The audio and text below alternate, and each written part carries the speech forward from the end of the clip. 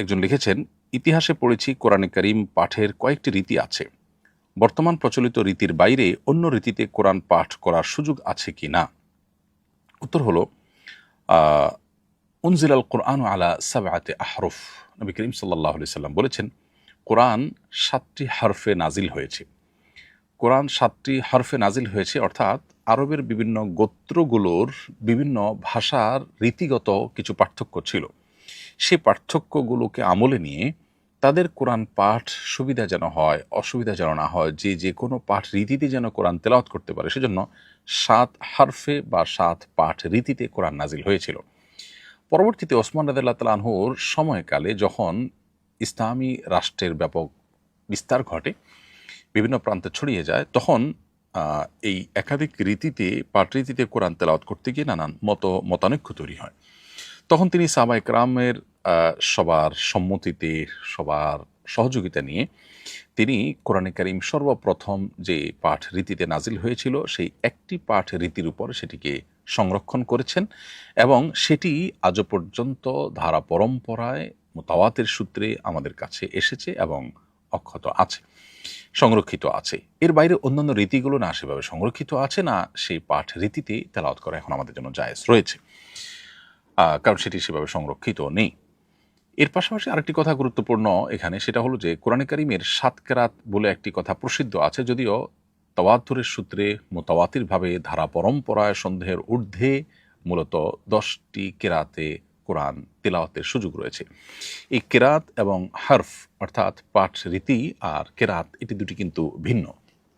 কেরাতটাকেও একটু পাঠ রীতি, 7 কেরাত বা 10 কেরাত যেটি, এটিকেও একটু পাঠ রীতি এক অর্থে বলা যায়।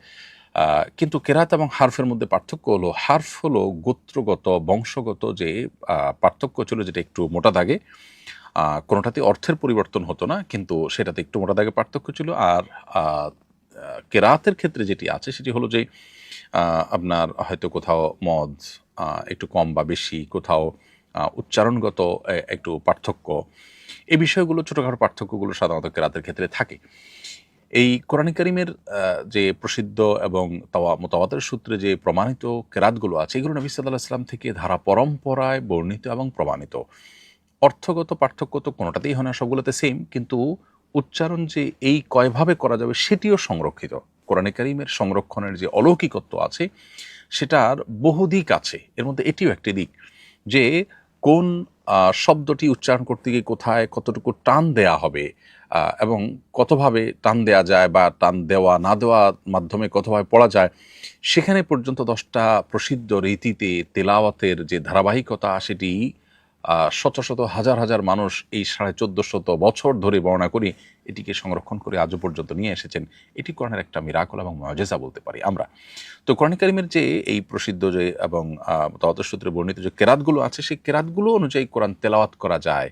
কারি সাহেবগণ যারা এই সমস্ত কেরাতগুলোতে অভিজ্ঞ, তারা সংশ্লিষ্ট কেরাত সংশ্লিষ্ট উস্তাদের কাছ থেকে পরিপূর্ণভাবে শুনিয়ে তার কাছ থেকে অনুমোদন নেন, তারপর তিনি তেলাওয়াত করেন, এবং এই ধারাবাহিকতা চলে আসছে আজ প্রায় 1450 বছর ধরে। প্রিয় দর্শক, সেজন্য কোরআনে কারীমের 7 হরফের মধ্যে একটি হরফ শুধুমাত্র এখন আমাদের জন্য তেলাওয়াত করার সুযোগ রয়েছে, যেটি ওসমান রাদিয়াল্লাহু তাআলা আনহু সংরক্ষণ করেছেন সাহাবায়ে কেরামের সম্মতিতে, সবাইকে সাথে নিয়ে। কিন্তু কোরআনে কারীমের সেই একটি হরফ তেলাওয়াতের ক্ষেত্রে, আবার কিরাতের ক্ষেত্রে, সেটি পাঠ এবং উচ্চারণের ক্ষেত্রে যে পার্থক্যগুলো আছে বিভিন্ন রকমের কেরাতের মাধ্যমে, সেটি অনুমোদিত যদি সেটি প্রমাণিত এবং মুতাওয়াতির সূত্রে বর্ণিত কেরাত হয়। এর বাইরে আপনার অখ্যাত বা বিচ্ছিন্ন সূত্রের কোনো কেরাত যদি হয়, সেটিতে তেলাওয়াত করা কোরআনে কারীমকে জায়েজ নয়।